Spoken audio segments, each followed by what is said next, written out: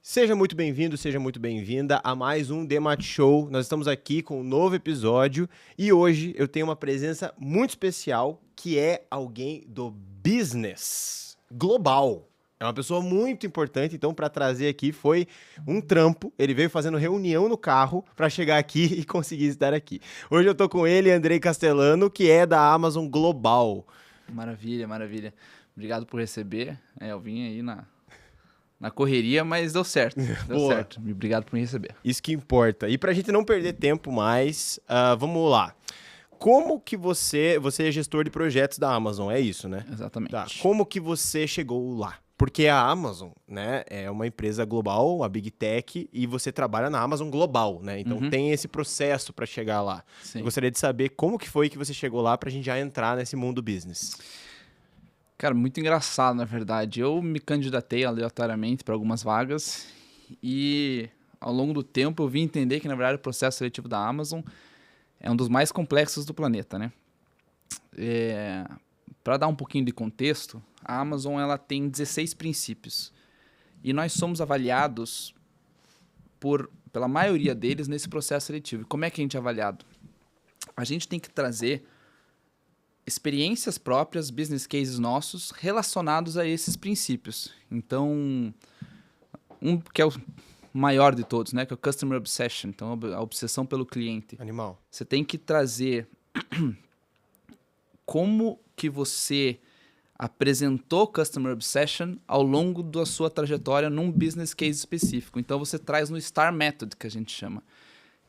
Que você tem que basicamente trazer um exemplo, mostrar qual que foi o problema que você teve, né, nessa situação específica, qual que foi o resultado que você gerou, o que você fez, de forma bem específica e metrificada. Então, a gente é avaliado em todos esses princípios de liderança e a gente passa por 5 a 6 horas de entrevistas com as pessoas. Caraca, é muita coisa. Eu acho muito massa isso, acho que dá até pra gente falar um pouquinho sobre isso e também o que você faz lá dentro, porque é uma coisa que eu sempre falo aqui e sempre falo pros alunos na agência e tal, que é realmente que o cliente é a alma do negócio, né? Ele que é o centro da empresa. Sem o cliente não existe empresa. Perfeito. E aí a gente se pergunta, tipo, como que a Amazon é tão grande? Tipo, por quê? Porque o maior princípio é esse, entendeu? Então, acho que dá já pra você já pegar esse gancho e já falar daí o que você faz dentro da Amazon. Tá, perfeito. Eu até acho que gostaria de dar um passinho atrás aqui, o meu processo, voltando na parte do processo seletivo bem rapidamente. Massa. Mas acho que foi uma coisa bem legal. Eu trabalhei, então criei uma planilha em cima de todos esses princípios e 4 exemplos para cada princípio. São 16 princípios de liderança, então eu trouxe 64 exemplos. Criei um AI agent para me ajudar. Eu fazia vídeo meu respondendo como se fosse uma entrevista desse AI agent. Caraca. E foi isso que me ajudou a chegar, a passar no processo seletivo da Amazon. Animal. Mas chegando aqui a sua pergunta, né, cara, Customer Obsession dentro da Amazon é o princípio de liderança que eu diria que a gente mais está focado de fato sempre. Todo santo dia, as nossas reuniões, né, contextualizando também já o que eu faço aqui, mas eu ajudo a lançar centros de distribuição logísticos no Brasil, México, Austrália e Singapura. Caraca. Que são considerados na Amazon Emerging Countries, porque Sim. a Amazon está crescendo dentro desses países, né? Então, tudo que a gente está fazendo nesses lançamentos, a gente está pensando no cliente final. Né? O que isso vai entregar numa experiência melhor, qual que é a quantidade, por exemplo, de pacotes que eu vou entregar por dia, considerando essa localização. Então, a gente está com projetos para entregar cada vez mais rápido, né? Que esse é o objetivo final da Amazon. Então, tudo realmente é bem focado no cliente final, sabe? É bem legal de ver isso. Sim, na experiência que ele vai ter do recebimento da coisa que ele comprou. É basicamente isso, né? Basicamente, porque nesse mercado você ganha market share basicamente entregando mais rápido e tendo variedade de produto. Show. Entendi. Porque variedade de produto vai trazer redução de preço, vai ter competitividade entre os vendedores dentro da plataforma. Então, Por isso que a gente fala que o motor de crescimento é a logística da Amazon, né? Sim. Tendo velocidade, você vai ter uma velocidade de entrega mais rápida, você vai ter mais vendedores querendo vender, redução de preço, então é um negócio E bem daí você interessante. tem menos reclamação do cliente final, menos pedido de troca, por exemplo, porque Exatamente. a logística está toda organizada. Exatamente. Animal. E aí, você, como gestor de projetos que trabalha com esses países na Amazon Global, como é que por exemplo, quais são os seus hábitos diários, se você puder resumir? Eu sei que é muita coisa, óbvio, muita função, mas assim, resumidamente, o que você faz, assim? Tipo, não, eu fico... eu tô responsável por esses países, mas no quê? Como é que é a equipe que eu lidero? Como é que funciona Perfeito. isso, sabe? Eu sou responsável pela execução desses sites que a gente chama, né? Tá. Então, eu controlo o orçamento, eu ajudo a trazer a equipe para dentro e controlo essa equipe desde, como eu disse, do planejamento, pro orçamento, até a execução final e entrega pro meu consumidor inicial, que é, na verdade, a própria Amazon, né? Que é a operação que a gente fala. Então, eu faço tudo isso dentro de cada projeto. Tá, e você, por trabalhar com essa questão orçamentária, de equipes, de fluxo, com certeza, né? Porque você tem que organizar essa equipe para a execução dela. Como que você, cara, é um desafio, mas como é que é esse desafio de colocar os indicadores nisso? Porque é difícil, cara. Eu acho que talvez seja um dos problemas mais recorrentes das empresas, inclusive brasileiras, é você metrificar se aquilo realmente está funcionando ou o que eu posso otimizar naquilo. Certo. Que é tipo assim, como é que eu deixo esse processo 30% mais barato para a Amazon, sabe? Isso é muito difícil. Cara, metrificar... O nosso objetivo final é a gente sempre entregar mais para o nosso cliente, basicamente. Okay. Então, a gente sempre trabalha de uma forma working backwards, que a gente chama, né? Então, para eu entregar para o meu cliente final, quais são as métricas que eu preciso como Global Engineering Services para que esse cliente final fique satisfeito, né? Então, vamos dar um exemplo aqui. Uma métrica bem simples, mas é o tempo de execução. Sim. Tempo de execução versus custo. Então, essa é uma métrica relativamente simples que a gente trabalha, uma bem importante, né? Mas a gente tem dificuldades. Para você ter noção, eu estou agora fazendo o meu próprio sistema de gestão, porque a gente trabalha com o Asana e existem algumas limitações do Asana bem fortes, assim, né? Tá. Até digo assim que queria muito trabalhar com Pipefy, mas não dá. Pipefy, patrocina. Mas não dá, a Amazon trabalha com a Asana. Então, eu estou fazendo um sisteminha meu próprio de gestão para ter controle dessas métricas, porque algumas coisas eu não consigo replicar e olha que eu já trabalhei bastante. Então, a gente tem métricas principais do business que a gente tem que atingir e a gente vai alinhando isso. A Amazon muda muito rápido, né? Eu fiquei esses dias aí, você sabe, 2 semanas viajando e parece que foi 2 anos em qualquer empresa. Caraca. E isso é engraçado, porque é uma empresa tão grande, você não espera que mova rápido, mas a Amazon tem ainda esse senso de startup, assim, sabe? Que move rápido. Sim, entendi. Beleza. Aí agora, puxando esse gancho de você trabalhando com a Amazon Global, você... Como é que eu vou dizer, né? Você tá aqui em Curitiba, você faz coisas remotas, mas você passa 2 semanas viajando, daí daqui a pouco você tá em São Paulo, daqui a pouco você tá no México e assim por diante. Você lida com uma empresa e como um colaborador de uma empresa internacional, né? Você trabalha na Global, então é isso. Como que é a visão desta empresa global em relação ao Brasil? Agora falando como povo brasileiro, vamos tentar falar assim, puxar desse business, mas um pouquinho para a parte social agora, sabe? Como é que é isso, sabe? Tipo, como é que eles veem, como é que eles têm os olhos voltados para cá, até porque, por exemplo, eles são patrocinadores da seleção brasileira. Tipo, como que é isso? O Brasil é um desafio, né? A gente fala que o Brasil não é para amadores. É bem mais fácil fazer o meu trabalho lá na Europa, nos Estados Unidos, porque já tem todo o processo muito bem montado, eles já entendem. Então, por exemplo, nos Estados Unidos, o lead time dos produtos que a gente pede para cada site é muito rápido. Você pode confiar no fornecedor, você pode confiar na logística. Então, o Brasil ele tem esse desafio bem grande, assim, né? Só que a Amazon, ela vê com bons olhos isso, porque é um desafio, é uma oportunidade para a gente conquistar mercado, né? Uhum. Então, agora a gente tem aí o Mercado Livre, né? Que é um exemplo a ser seguido aqui no Brasil, que consegue entregar em muitos lugares com muita velocidade. E a nossa ideia é sempre entregar para o cliente final de forma rápida, certo? Trazendo um pouquinho desse contexto de Copa do Mundo e como que isso mexe, né, no nosso dia a dia, a Amazon agora virou patrocinador oficial da seleção brasileira, inclusive, e a gente vê nos dias de Jogos do Brasil, por exemplo, a gente está com uma parceria com a Rappi agora em que a gente está começando a fazer entregas de produtos fresh, bebidas, Sim. de forma rápida, né? Então, a gente está vendo um aumento exponencial nesses dias. Então, a gente começa a entender a possibilidade do mercado. E como o mercado brasileiro segue um padrão comparado com os Estados Unidos, né? A gente sempre tende a seguir alguns padrões dos Estados Unidos. Quais são esses? Por exemplo, o índice de consumismo dos Estados Unidos é bem próximo do que é o Brasil. A diferença aqui, né? A renda média é muito maior lá. Mas a verdade é que existe um indicador em que mostra... Na verdade, esse indicador de consumismo é para mostrar o quanto que cada pessoa guarda. E fica próximo dos 90 e poucos % do quanto a gente gasta, na verdade. E a mesma coisa é nos Estados Unidos.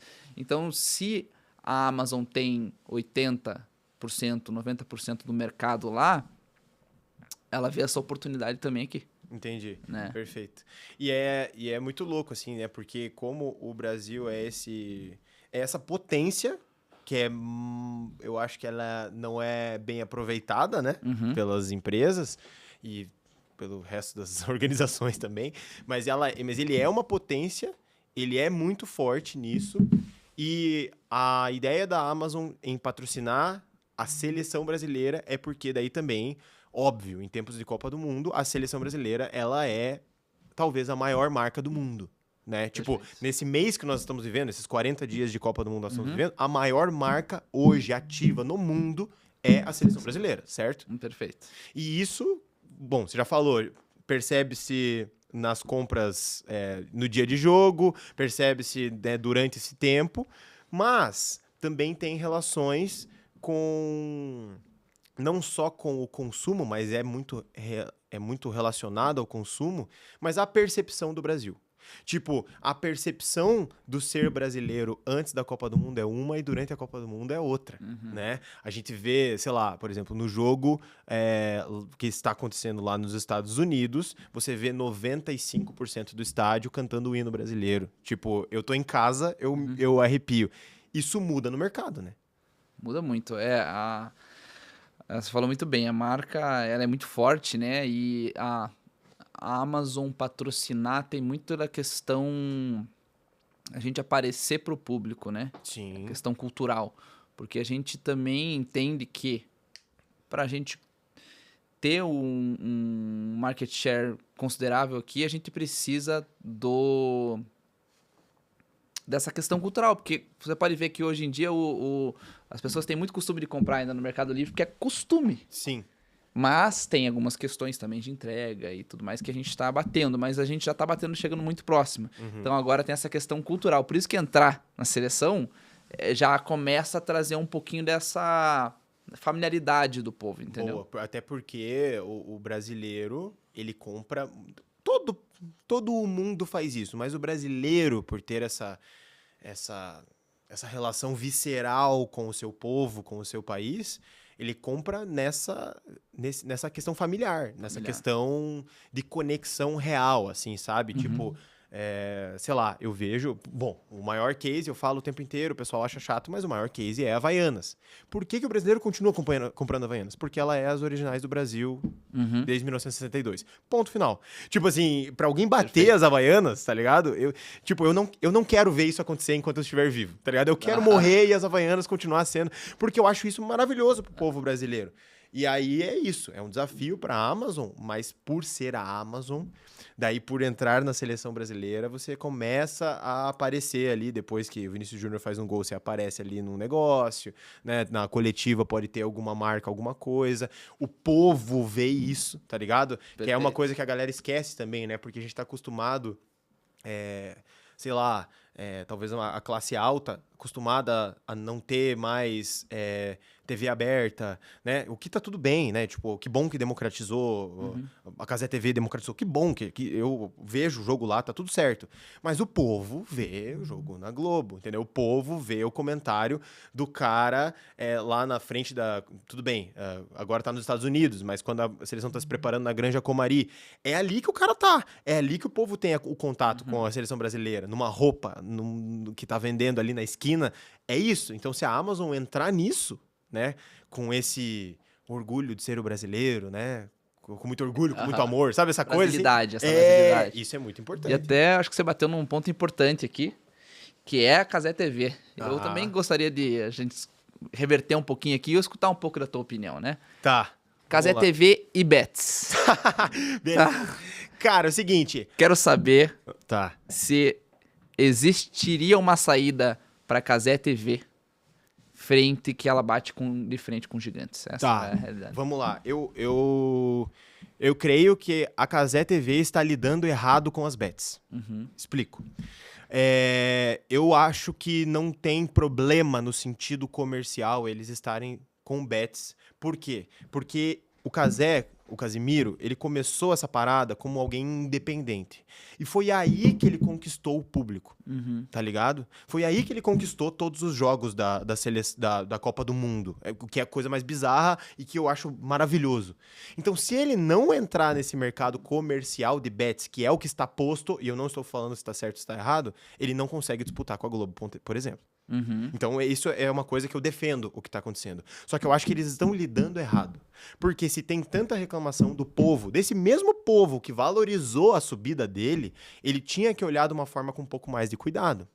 Talvez as propagandas das bets não serem com os jornalistas da Cazé. Porque você pode gerar uma conexão errada do povo com aquele jornalista. Por exemplo, vou citar um nome de uma jornalista que eu acho maravilhosa, a Fernanda Gentil, ou do Beltrão, que eu acho ele incrível, ele tá fazendo um trabalho incrível lá.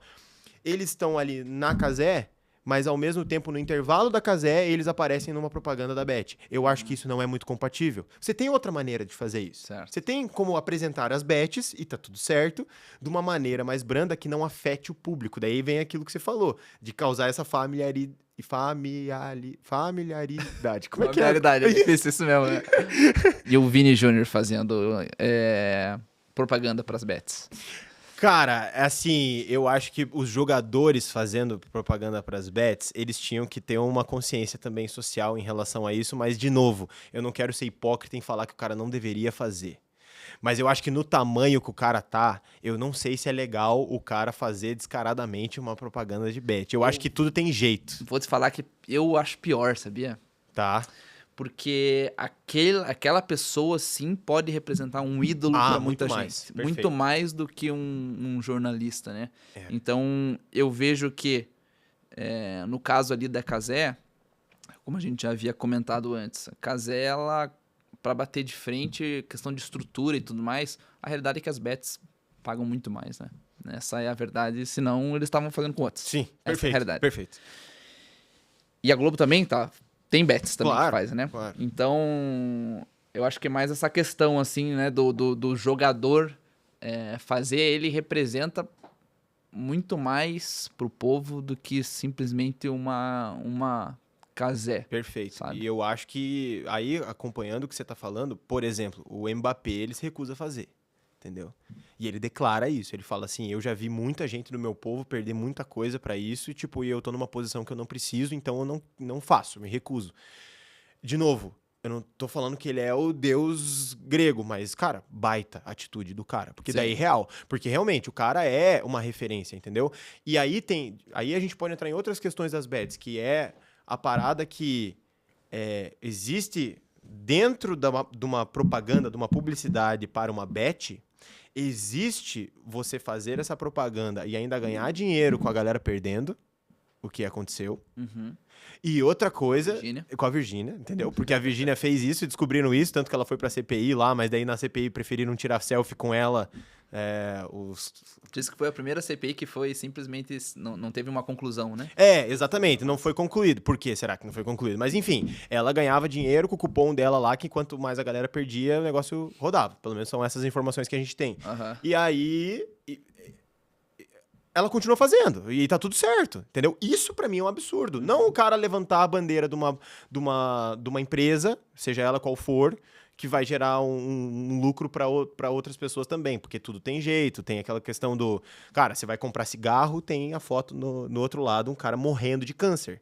Por que a gente não faz isso com a Bet? Tipo assim, mano, né? E aí também podemos entrar na questão do governo, né? Porque se você tem auxílio do governo, o que tá tudo certo, você não pode jogar em Bet. São duas coisas que você não pode fazer. A valorização, na verdade, ela traz também, eu acho que uma questão de barganha do próprio governo para com essas bets, né? Ah, sim. O que eu vou ganhar com isso? Exato. Abre espaço para corrupção também. Muito mais. Né? Mas, entrando aqui no assunto de Vini Júnior e Mbappé. Tá. Amanhã, você pode escolher um para vir pro Flamengo. Vini Júnior. Vini Júnior, ele é flamenguista, velho. Ele é flamenguista. O Flamengo, você não basta ser um bom jogador. Você tem que saber jogar no Flamengo. E o Vinícius Júnior tem tudo pra saber jogar no Flamengo. Tanto que tiveram craquíssimos que passaram pelo Flamengo e não jogaram absolutamente nada, porque eles não entenderam o que é jogar no Flamengo. A mesma coisa do Corinthians. Você tem que entender o que é jogar no Corinthians. Não é igual, com todo respeito, são times gigantes, mas não é igual você jogar no São Paulo, não é igual você jogar no Palmeiras, não é igual você jogar nesses times. Você tem que saber o que é vestir aquela camisa com 40 milhões de pessoas prestando atenção no que você tá fazendo. É muito difícil. Fala pra mim um jogador grande que passou pelo Flamengo e não jogou absolutamente nada. Tua maior decepção. A minha maior decepção, cara. A minha maior decepção no Flamengo de adolescente pode ter sido o Conca, que jogou no Fluminense, que era um cracaço, foi pro Flamengo, foi uma vergonha.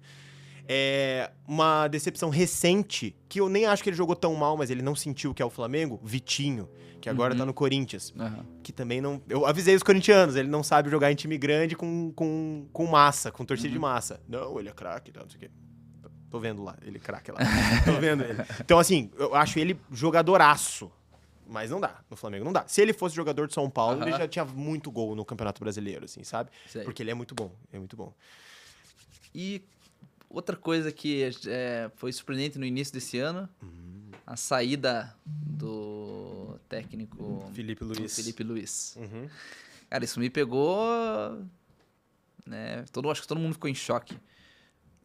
Você que tem informações privilegiadas, o que você acha disso? Como é que foi essa situação? O que fizeram com o Felipe Luiz foi uma vergonha. Foi uma vergonha. Foi não respeitar nada do que ele fez pelo clube. Que é outro, que entendeu totalmente o que é o Flamengo. Era flamenguista, foi campeão das coisas como jogador, foi campeão das coisas como técnico. Talvez em termos numéricos e de representatividade, o maior técnico da história do país, do Flamengo. E foi uma vergonha que fizeram com ele, o que já tinham feito com o Dorival Júnior, quando foi campeão também da Libertadores e da Copa do Brasil em 2022, que mandaram ele embora e pegaram o Vitor Pereira do Corinthians, que foi o cara que perdeu pra ele. Você vê o nível de corrupção que acontece nesses times. E, cara, se eu fosse o Felipe Luiz, eu acho que eu nunca mais voltava pro Flamengo, entendeu? Tipo, em nenhuma situação, assim, tá ligado? Porque o que ele passou foi um vexame, tipo, e a culpa não foi dele, tá ligado? Tipo, deixaram... Foi contratado agora, né, inclusive. Ele foi pro Mônaco, eu acho. Ele foi pro Mônaco. Ele é um baita técnico. Baita, assim, ele é muito inteligente. Cara, eu achei bem surpreendente, inclusive, na verdade, porque quando ele veio como uma opção pro Flamengo... Eu, sinceramente, achei que ia ser uma merda. Essa é a verdade. Eu achei, tipo, nossa, não vai dar em nada, né? Mas o cara, no final, depois que eu fui acompanhar um pouquinho mais e vi que já alguns flamenguistas, quando ele tava jogando, ele já era meio que técnico. Sim. Então... Quando ele tava jogando, ele já tava fazendo o curso da CBF.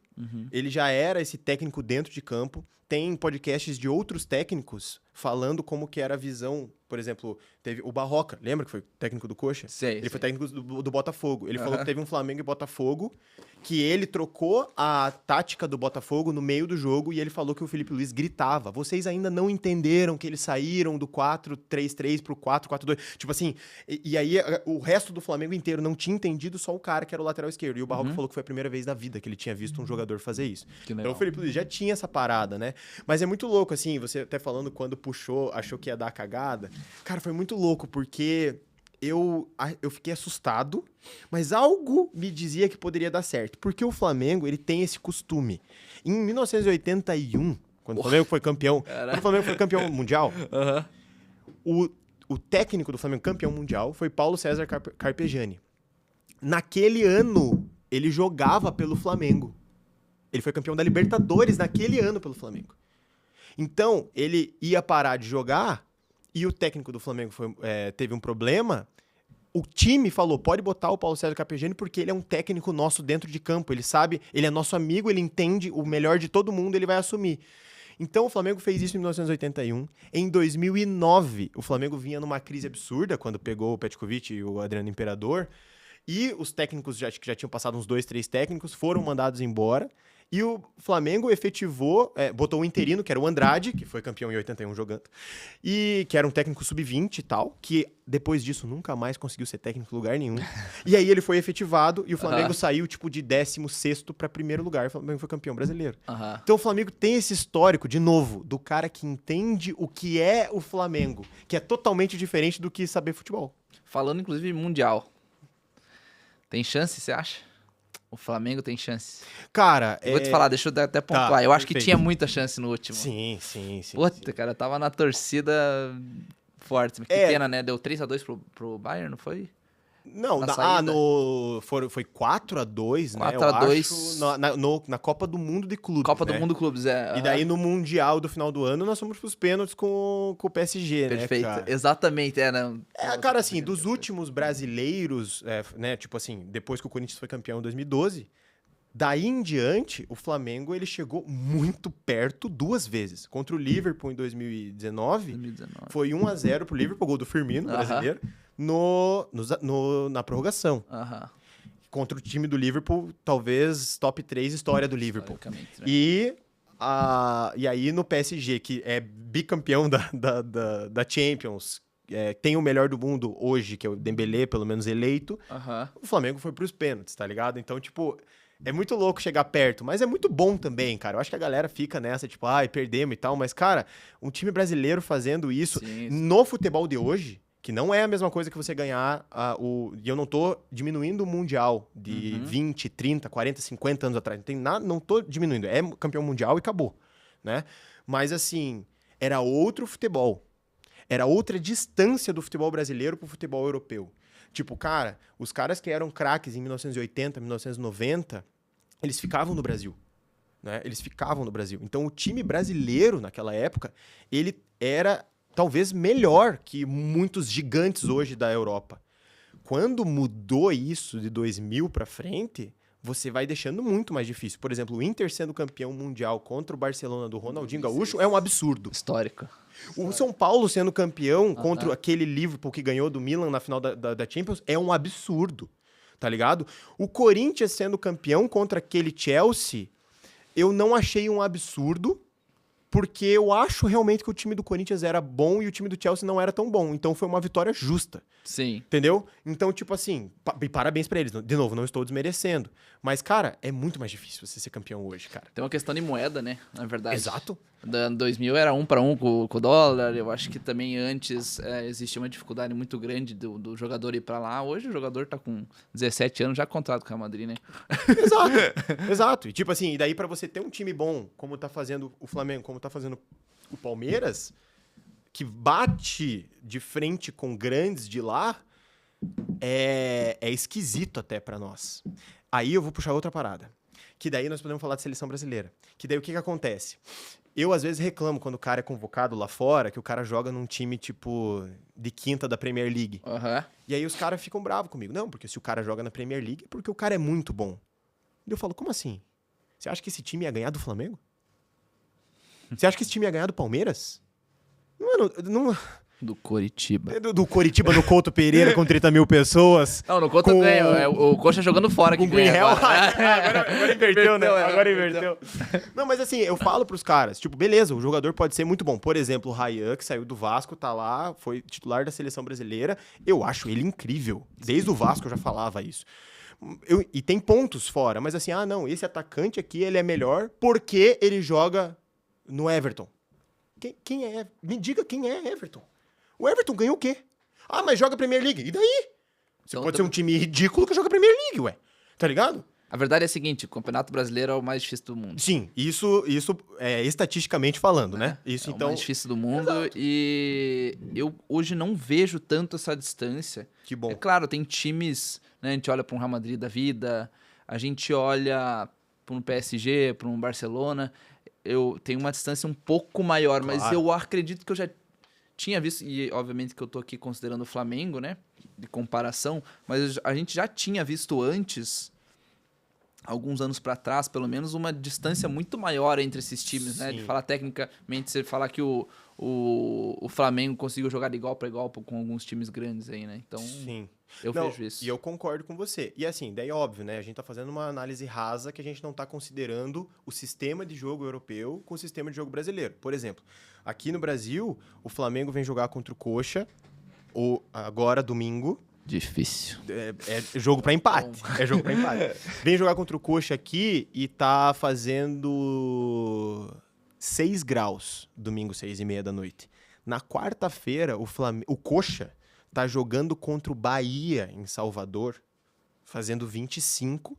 E o Flamengo vai ter um jogo da Copa do Brasil contra o Juventude no Alfredo Jaconi com o estádio ensopado, fazendo 1 grau. Aham. E aí o Flamengo no sábado vai jogar no Maracanã, 6 horas da tarde, com 30 graus. Como é que funciona a logística de um jogador? Como é que um técnico consegue impor o seu trabalho tático com jogadores totalmente quebrados? O cara não vê a família, o cara tá viajando o tempo inteiro, o cara tá nessa mudança climática, o cara tem um campo, que é o, por exemplo, de Itaquera, que é excelente, o campo do Couto é muito bom. Aí você vai jogar no Maracanã, que teve show ontem. E aí você vai jogar no Alfredo Jaconi, que tem poça.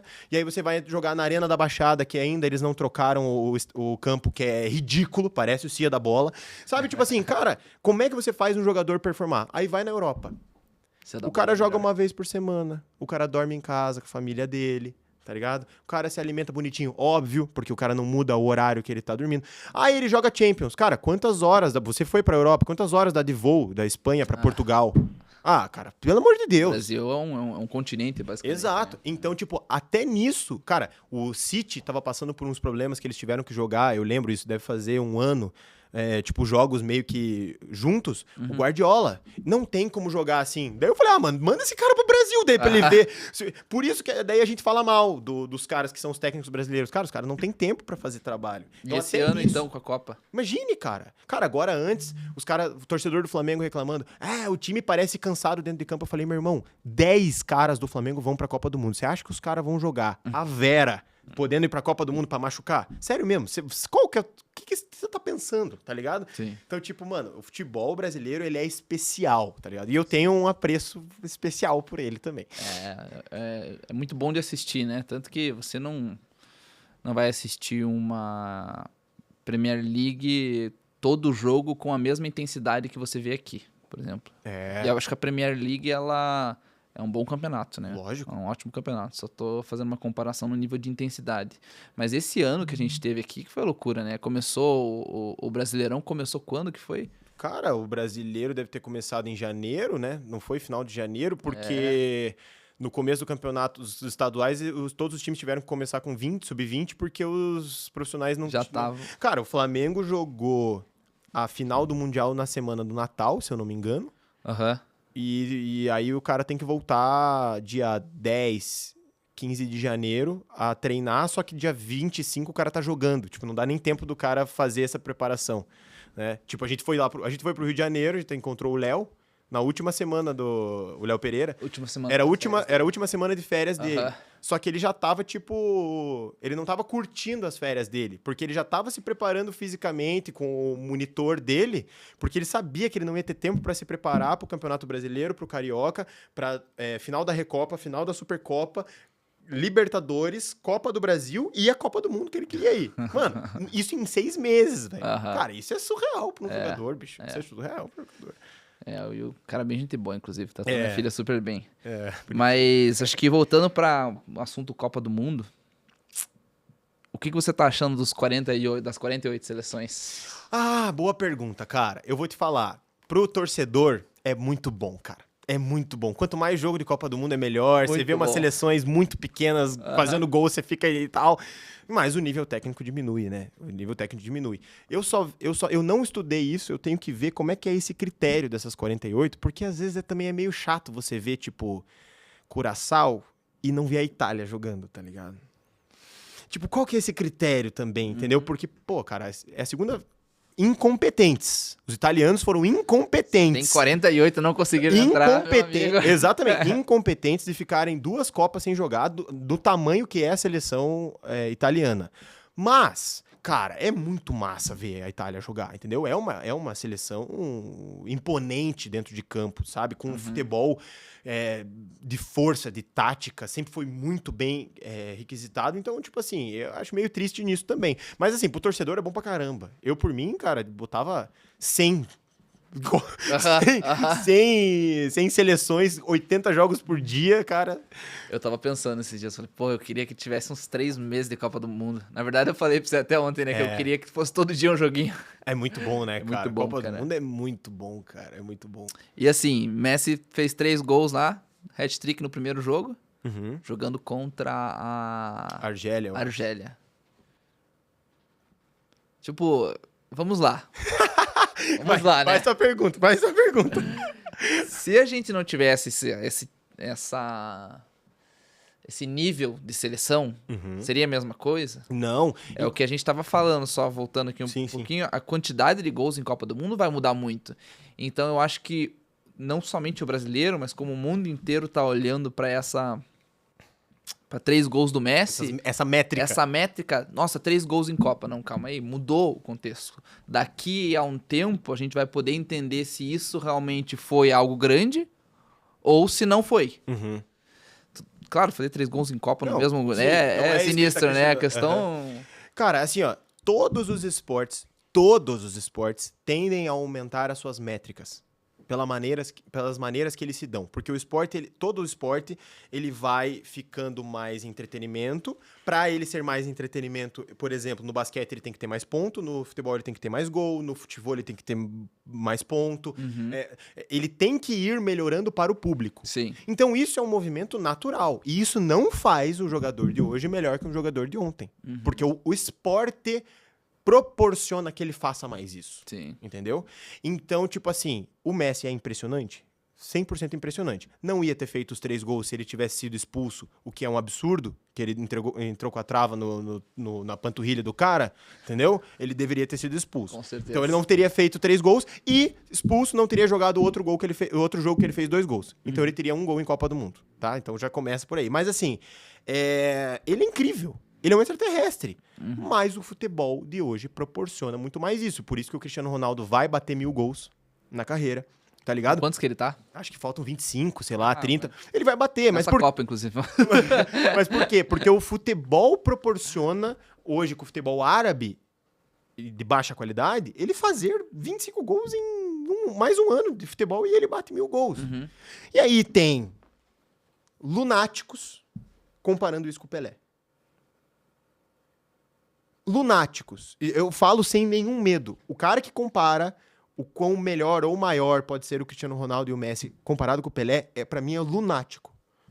Porque isso é desmerecer um absurdo. Cara, o Pelé, ele jogou 2 Copas sem cartão amarelo. Como é que você marca o Pelé sem cartão amarelo? Ou na primeira Copa que, sei lá, não tinha expulsão. Cara, ele passa por você, você chuta no meio do joelho dele. Porque você não pode ser punido por isso. A bola era de capotão. A tecnologia... Você não era punido. Você Não tinha. Quanto fosse... Eu acho que daí na segunda já tinha, tipo, sei lá, 62 devia ter. Mas assim, você não tinha essa punição média de tipo, ó, peraí, dá uma amenizada. Por exemplo, o gol do Vinícius Júnior que ele faz, ele rouba a bola do cara, que ele dá um toque no pezinho do cara, faz o gol e tal, vai o VAR e volta atrás. Irmão, antes, pra você parar um cara, você tinha que descer a porrada nele, o juiz tinha que ver, porque não tem câmera, tinha jogo do Pelé que não era televisionado. E aí sim o cara ser punido. E o cara, o campo, dá pra ver no vídeo a bola quicando na altura do joelho do cara e eles carregando bola junto. Ele, Garrincha, até depois, 70, que o cara vai falar daí, os caras carregavam bola junto do pé. Com o campo assim... do Pelé entrar com 17 anos, né? Ele entrou com a camisa 10 com 17 anos na Copa do Mundo, meteu gol, absurdo, na final, foi campeão, e desde ali ele era o Rei Pelé, dos 17 anos. E aí agora que o Messi tá com 38, 9, agora querem comparar o cara. O cara passou 20 anos, é muito craque, sim, gênio, Messi é o gênio, talvez um dos melhores o melhor de carreira que eu vi.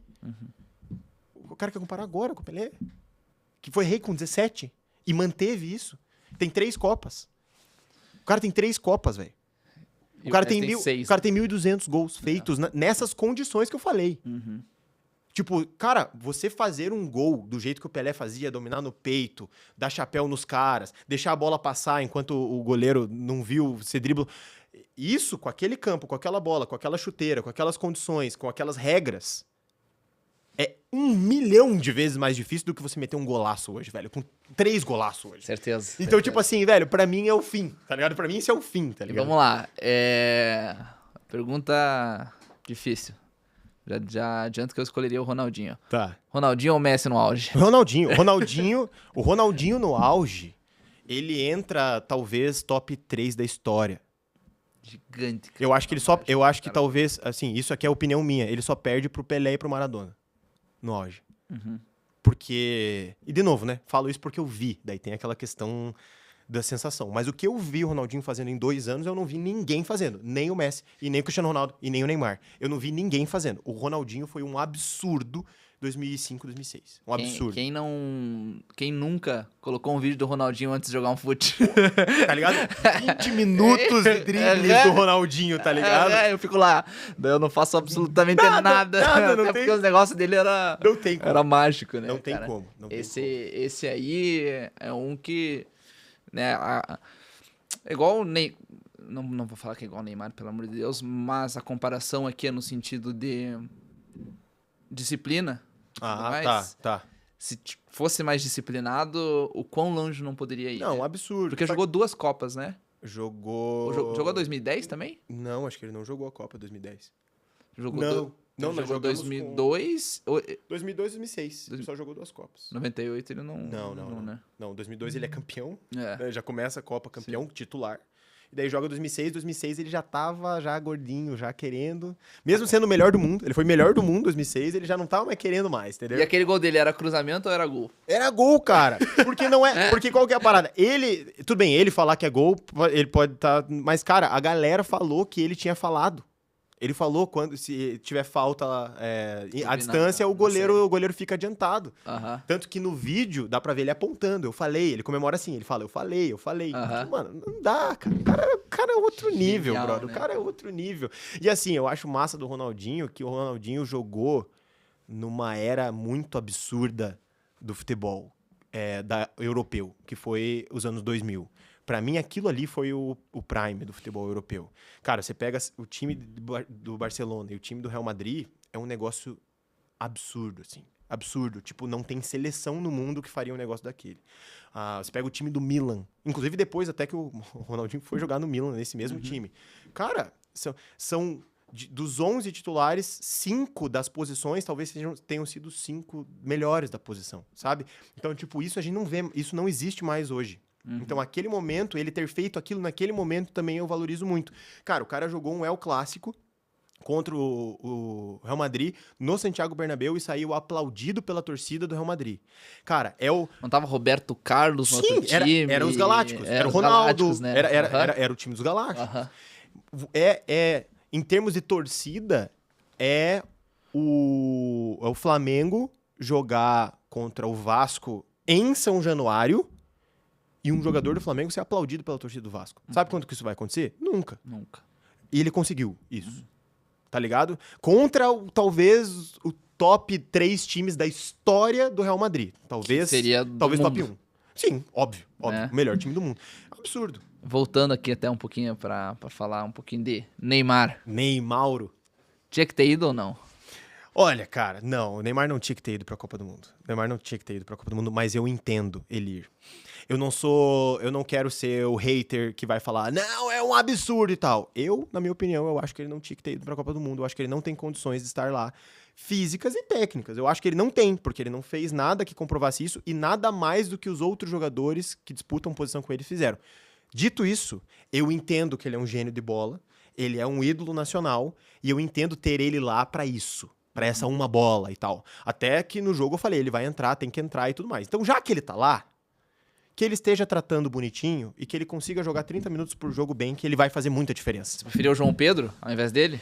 Eu preferiria o João Pedro na seleção. Até porque a seleção não tem camisa 9. Então eu preferiria o João Pedro. Você não acha que o João Pedro, ele amarela com a amarelinha?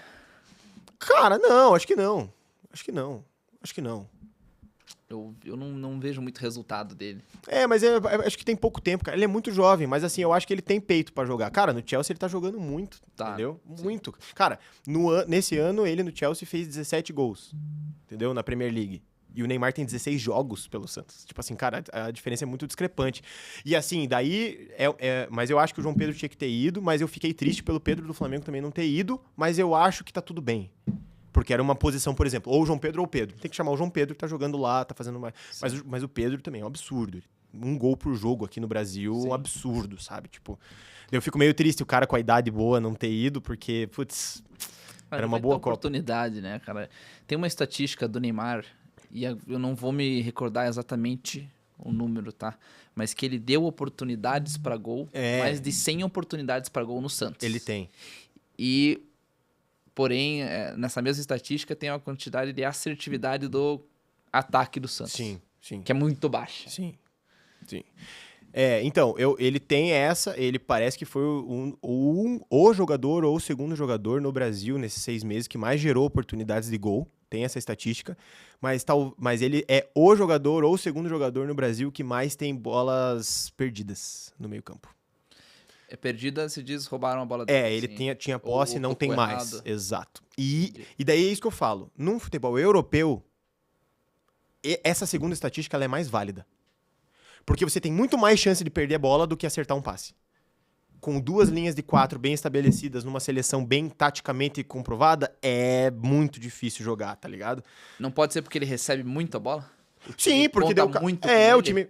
Mas ele na seleção ele também vai receber muita bola, entendeu? Os caras dão essa responsabilidade pra ele. Mas assim, de novo, ele ali é o único cara que pode achar uma bola impossível? Sim, ele é o único que pode achar uma bola impossível. Acho que pode acontecer. Entendeu? Pênalti é gol.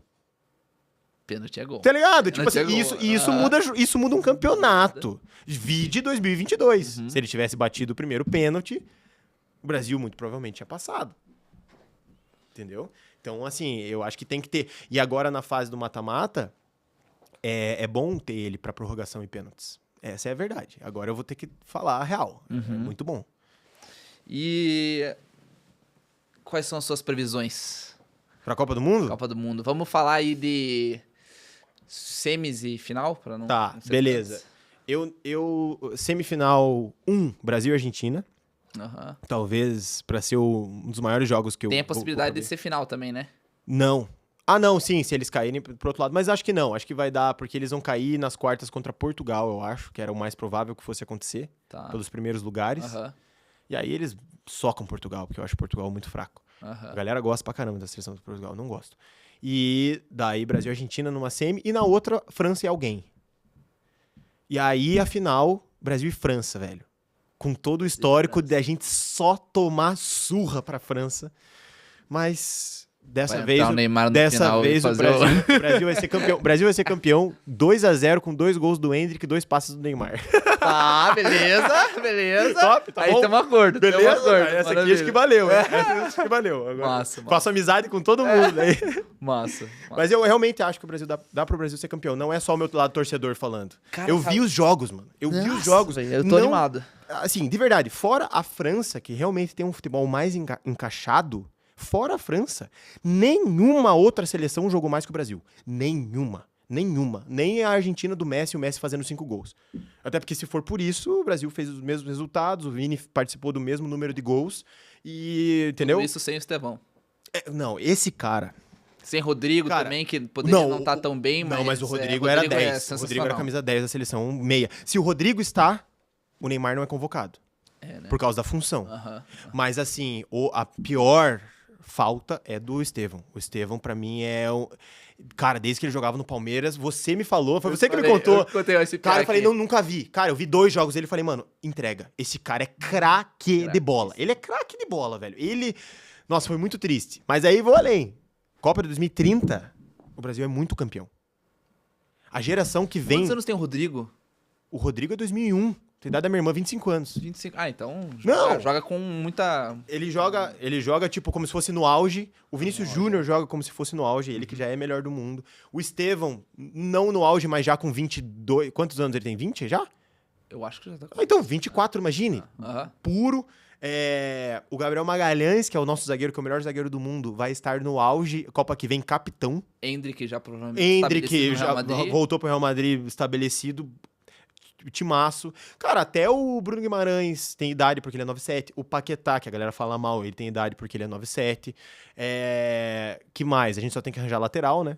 A gente só tem que arranjar lateral. O Wesley, né? O Wesley é novo. Ah, o Wesley é novinho também, se estiver jogando bem, continuar bem, coitado. Esse também foi vacilo, assim. Ia ser um escape legal pra seleção, mas o Danilo tá bem demais, cara. Cara Não, tô consciente. gostando. Cara é um cara consciente, Todo mundo xingava esse cara, mas agora tô adorando ele. Eu, né? flamenguista, falei, eu amo ele de paixão, mas ele não tinha que ter ido pra Copa. Mano, impecável. Os 3 jogos impecáveis, velho. Absurdo, assim. E o Wesley... É o Wesley? Andrei Santos. Não. Volante? Não, o que a gente... Que tava jogando muito. Inclusive a Casé TV falou ontem pra seguir. Ah, o Douglas Santos. Douglas Santos, lateral esquerdo. Douglas Não, Santos. esse pra mim, eu falei, depois do Vini Júnior, na fase de grupo, ele foi o melhor jogador da seleção brasileira. Porque o Vini participou de todos os gols, fez 5, sei lá, tá com 4 gols, não lembro. Muito acima, ele chamou a responsabilidade pra si. Mas o Douglas Santos é o melhor jogador da seleção brasileira, fora o Vinícius, cara. Pra mim é um absurdo, cara. O que você viu que ele tá fazendo que... Primeiro, que ele não toma bola nas costas e não perde combate defensivo. E hoje um lateral, ele é um defensor. Não é a mesma coisa que antes. E ele, cara, ele tem uma função tática que é ele quem abre o campo do lado esquerdo pro Vinícius Júnior conseguir fazer facão e trabalhar por dentro. Que ele gosta também. Mesmo ele aberto, ele gosta de estar aberto para entrar. Certo. E ele segura essa posição lá e, melhor ainda, ele não atrapalha o Vinícius Júnior. O que muitos laterais podem fazer. Tanto de esquerdo ou direito. Atrapalhar o ponta. Entendeu? Por exemplo, um lateral que é um colosso tecnicamente, que é o Marcelo, né, que jogou na seleção brasileira direto. Ele atrapalhava o Neymar muitas vezes. Atrapalhava. Certo. Porque ele era tão ofensivo e tão bom que ele queria participar, sendo que, cara, era o Neymar. No auge. Deixa ele trabalhar, fica defendendo. E ele falhava na defesa. Cara, daí você vê um cara que faz o médio, o nota 7, só que é aquele nota 7 com menção honrosa. Assim. O cara é muito, muito bom jogador no futebol de hoje. Coincidência que o time tá jogando bem sem o Rafinha? Não é coincidência. O Rafinha tinha que sair da seleção brasileira. O Rafinha tava fazendo mal pra seleção brasileira. Eu não acho que ele é ruim, mas eu não acho que ele é bom. Porque eu não vejo o jogo do Barcelona. Então, na seleção brasileira, pra mim, ele nunca fez nada. Então, mas eu acho que ele traz pra si uma responsabilidade que não é dele, porque ele não é o cara. Eu acho que ele traz uma arrogância que não é dele, porque ele não é o cara. E acho que ele fora... Não é porque tem gente melhor que ele, mas é que tem gente que quer mais que ele. Tá, tem mais sangue no olho pra jogar, eu vejo, cara. E mais grupo, né? Talvez. Mais grupo. Uma coisa muito clara nessa seleção que a gente tá conseguindo ver agora, eu acho que é esse sangue no olho, que a gente não tava vendo antes. Por exemplo, aquele jogo que a gente foi jogar contra a Argentina, Sim. Que eles falaram até que, se precisar, que teve uma entrevista com o Romário, se precisar, foi o Rafinha que falou, né? Eu vi um monte de... Não, ele tomou tapa na cara naquele jogo, não fez Então, nada. não fez nada. Então, assim, eu tô vendo sangue no olho, o próprio Vini Júnior, né? Que É tá muito bom, muito cara. bom de ver isso. Então, eu vejo que a gente tá recuperando essa... E assim, eu via, tipo, todos os documentários dos títulos do Brasil, tá ligado? Que estão saindo, já saíram, Netflix e tudo mais. Os jogadores, eles, quando perguntam assim, o que foi que fez essa seleção ser campeã e tal, todos eles, por melhor que seja a seleção, por exemplo, 2002, que é um absurdo, todos eles respondem, o grupo estava unido por um objetivo. Tipo, não tem nenhum que responde, tipo, não, a gente só tinha craque. Não, o Romário era muito melhor. Sim, o Romário era muito melhor que todo mundo, ele foi o melhor do mundo em 94. Ele, sim, foi o responsável principal por tudo, mas até aquela seleção, eles falam, a gente ganhou porque a gente era um grupo, que a gente se uniu, foi ganhando espaço, e até foi legal que acho que foi o Bebeto que falou que o melhor jeito do Brasil ter sido campeão em 94 foi o Roberto Baggio errando o pênalti, porque daí ninguém fez o gol. Ficou nítido que foi o time brasileiro que ganhou. E eu acho que é isso que você falou. Tipo, agora talvez essa seleção tá dando aquele brilho de tipo, cara, agora eles se uniram. Coisa que a gente não tinha na Copa América, nas eliminatórias, talvez até na última Copa, tá ligado? Então, tipo, talvez seja isso que a gente esteja vendo, cara. E tomara, porque daí sim, daí o Brasil é campeão. O Brasil, com o time unido, o Brasil é campeão. Cara, tá muito legal de ver. Copa do Mundo, a gente fica 4 anos esperando a Copa do Mundo e, pô, juntar, né? Ontem assistimos junto, não pudemos gritar muito porque minha filha tava dormindo. mas foi bem divertido, né? É muito bom. E eu acho que é isso. Agora estamos na esperança, né? Na esperança. Agora, eu acho que, cara, pra gente terminar, a gente podia fazer essa relação do futebol com o business de novo, né? Que a gente fez 2 atos na nossa conversa, mas acho que o que a gente pode fazer? Que eu acho que pouca gente percebe até hoje.